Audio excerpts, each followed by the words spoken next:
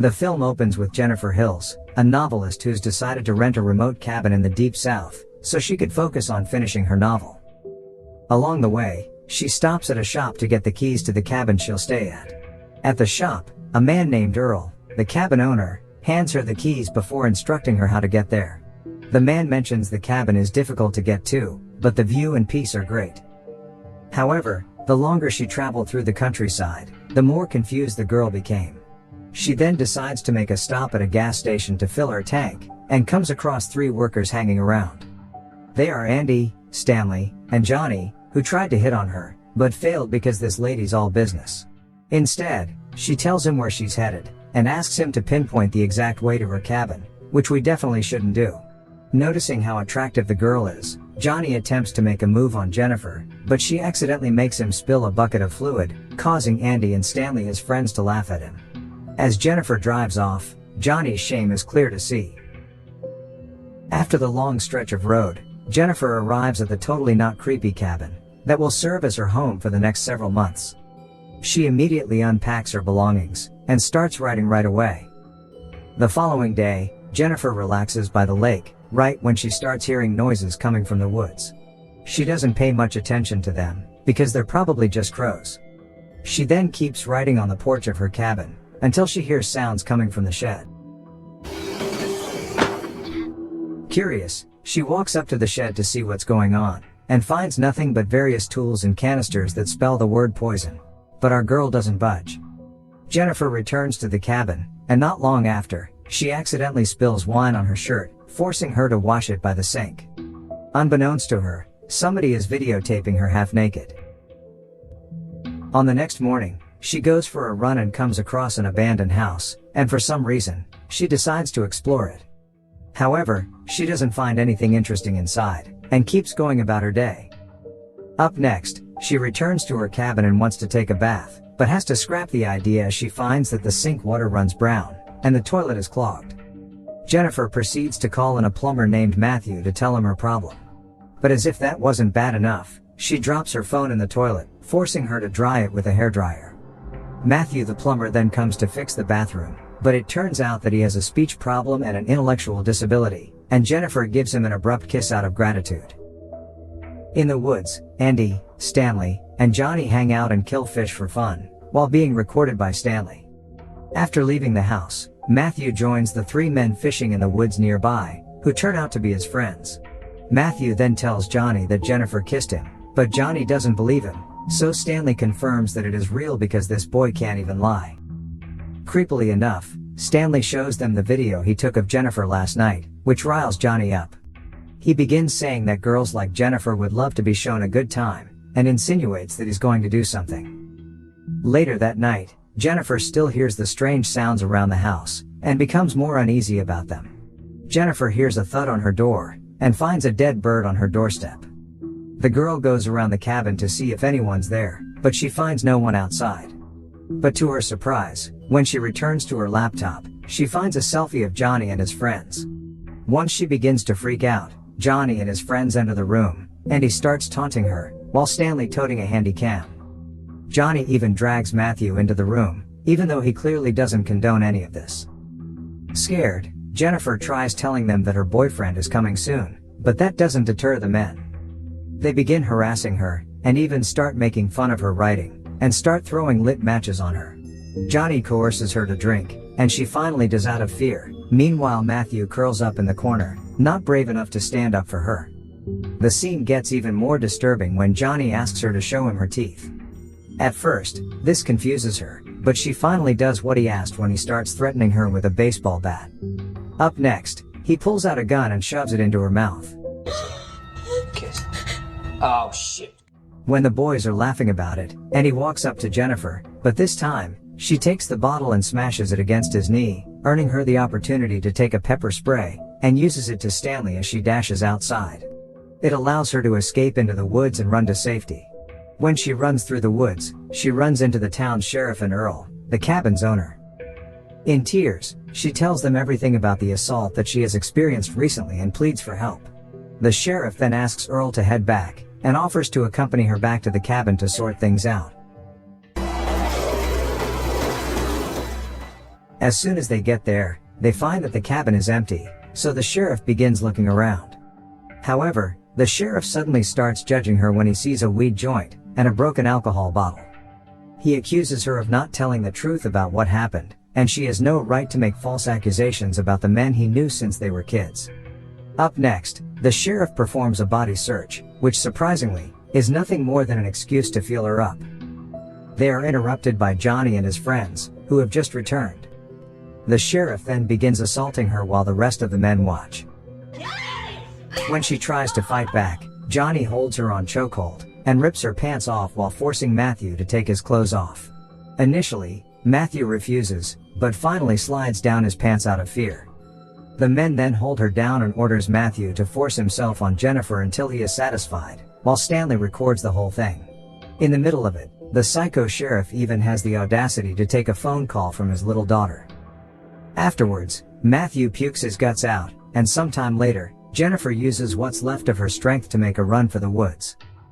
As she goes deeper into the woods, she runs into the group again, where more sufferings await her. Andy then drags Jennifer near a puddle, and submerges her head a couple of times. As she lies on the ground, the sheriff takes off his pants and forces himself on her, ignoring her cries for mercy. Up next, the men take turns on Jennifer, while Stanley's camera is rolling. Jennifer wakes up and finds that dirt is all over her. She rises and starts walking away to a bridge over a river. We can see that the men casually follow her, and the sheriff gets ready to shoot her to save his own skin, but she immediately plunges into the water and disappears. They wait for her to surface, but she never does, so they trek along the river in hopes that her body would turn up, but turned up empty-handed. This causes the sheriff to panic, so he asks the boys to dispose of her car, and all her things from the cabin, and to burn the tape Stanley recorded. After the eventful day, the sheriff heads home to his family, where his wife and daughter welcome him. He spends the evening at home as if nothing ever occurred, showing no regret for his actions. On the next day, the sheriff returns the cabin keys back to the owner, and simply states that Jennifer has left, and that Jennifer was a problematic alcoholic. Over the next few days, the boys move on with their lives as if nothing had happened, while Matthew is sinking in guilt for what he's done. While he's sitting alone in the woods, he even imagines seeing Jennifer's ghost. A month later, the sheriff gets a phone call from Earl, the cabin owner, saying that someone named Barbara is asking Jennifer's whereabouts, as she hasn't been seen in a month. Meanwhile, Stanley comes running to his friends in panic, saying that somebody stole his handy cam. Here he reveals that the handy cam contains the recording of what they did to Jennifer, and that he never burned the tape despite having been told to. This infuriates Johnny. He starts beating Stanley up, but Andy calms him down.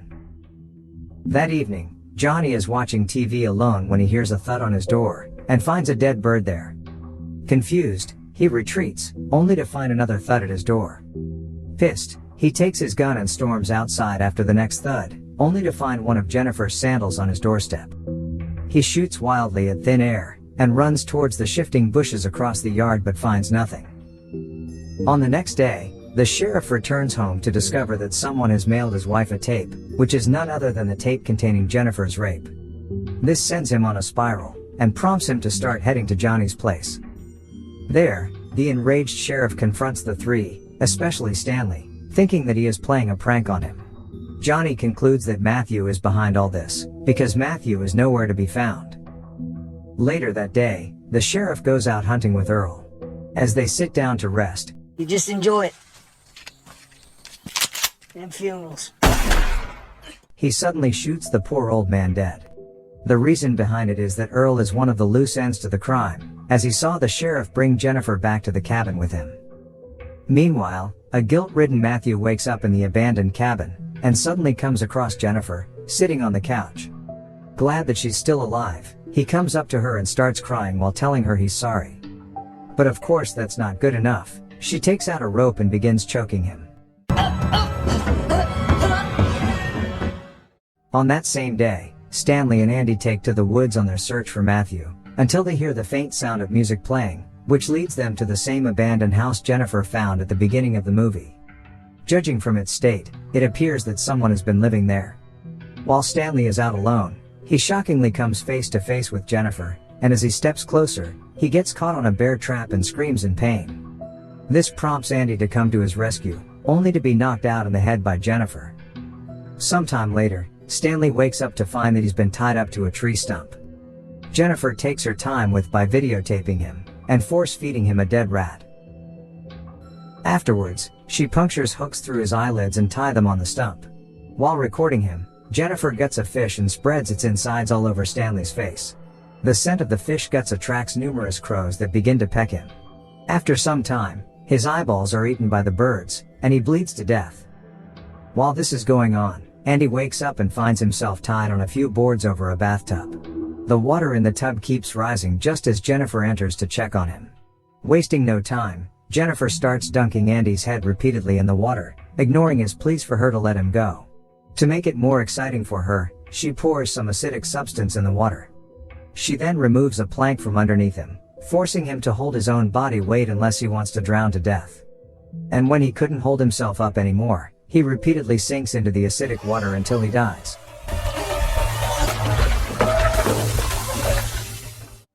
Up next, Jennifer visits Johnny at the gas station, and knocks him out with a speed wrench. Like his other pals, Johnny wakes up tied up, and naked, with a horse bit pulling his mouth. Jennifer pulls hard on the bridle and begins taking out his teeth, making him realize his mistakes, and causing him to piss himself out of fear. Afterwards, she takes the bridle off and pulls out a gun, which she puts in his mouth. But arrogant as ever, he still has the audacity to laugh, at least until she takes out a pair of shears, and chops his pee off, before shoving it in his mouth. Johnny of course bleeds to death, and yes, this scene is as gruesome as you might imagine. On the other side of town, the sheriff gets a phone call from his daughter, who excitedly announces that her new teacher is paying a visit. When she hands the phone to said teacher, it turns out to be the finest teacher he could find for his daughter, our beloved Jennifer. She confidently introduces her name to the sheriff, which of course makes him panic. Out of concern for his family's safety, the sheriff rushes home, and when he gets there, he finds that his daughter has left, because Jennifer asked her to hang out. He immediately goes in search for her at an empty playground with his daughter still out of sight. However, when he re-enters his car, Jennifer ambushes him.